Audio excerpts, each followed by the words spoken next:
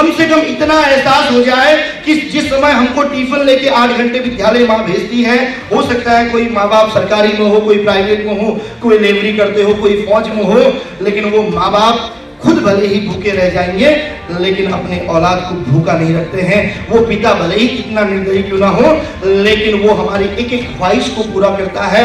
वो खुद भीगे जाए, वो बरसात में खुद भीग के जाए, वो माँ खुद फटे कपड़े पहनने जाए, लेकिन अपने बच्चों के लिए कपड़ों के बनाने के साथ साथ वो छतरी लाने का काम करते हैं, वो इसी बरसात में रेनकोट देने का काम करते हैं।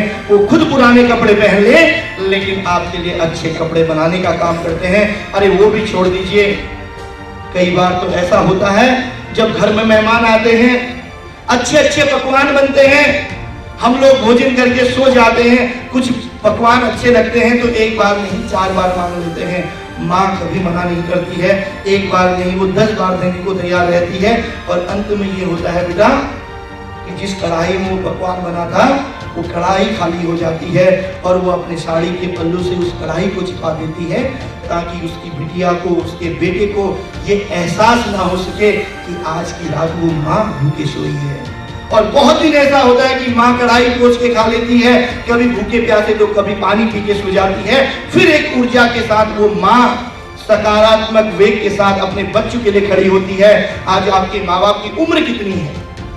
40 साल, 50 साल, 55 साल, 60 साल, और कितने साल के मेहमान रहेंगे?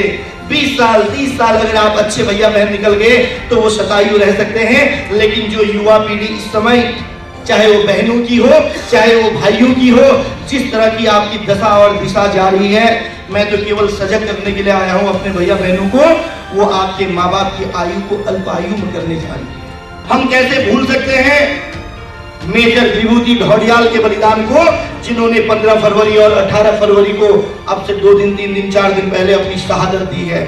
मैं कहना चाहता हूं बेटा, जब तक ऐसे योद्धा, ऐसे देवभूमि के योद्धा, ऐसे भारत के वीर सरहदों में खड़े हैं, पाकिस्तान तो छोड़िए, चाइना भी आपको आंख उठा के नहीं देख सकता है। और मैं कहना चाहता हूं, हम तो सौभाग्यशाली है कि हमारे इसी धरती का एक लाल उत्तर प्रदेश की कमान कर रहा है, वो 30 करोड़ को एक मुट्ठी में संभाल रहा है। और मैं कहना चाहता हूं, क्या औकात है उस पाकिस्तान की जो उत्तर प्रदेश के बराबर नहीं कर सकता?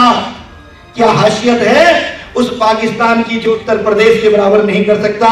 जिसके पास पेट भर खाने को नहीं, वो हिंदुस्तान को और हिंदुस्तान की युवा पीढ़ी को मिटाने की बात करता है। मैं कहना चाहता हूं, आज सबसे बड़ा अगर धर्म संकट कोई है, अगर आज सबसे बड़ा चिंतन का कोई विषय है, अगर सबसे बड़ा मंथन का कोई विषय है, अरे फिजिक्स केमिस्ट्री मैथ तो आप पढ़ ही लोगे, इतिहास नागरिक शास्त्र, चाहे वो आर्ट्स का स्टूडेंट हो या बायो का, वो कॉमर्स का हो या हिस्ट्री का सब्जेक्ट, तो वो पढ़ ही लेगा।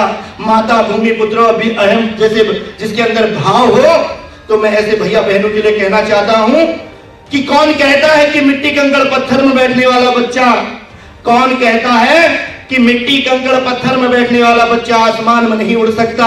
कौन कहता है कि अभाव में जीने वाला बच्चा अपनी मंजिल को प्राप्त नहीं कर सकता?